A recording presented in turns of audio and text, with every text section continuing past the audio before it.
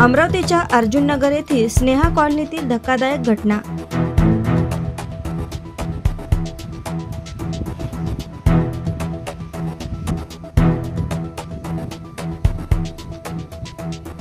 चारित्र्यावर संशय घेत बँक अधिकारी पत्नीचा केला खून।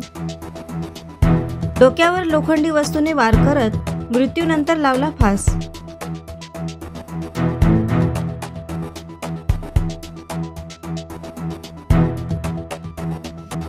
पत्नीने आत्महत्या केल्याचा पतीसह सासरकडील लोकांचा बनाव फसला व शवविच्छेदन अहवालात मृत्यूचे आले खरे कारण।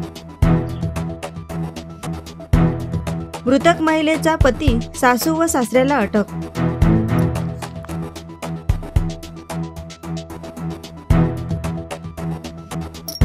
दीप्ती चेतन सोळंके, वय 35 वर्ष असे मृतक महिलेचे नाव।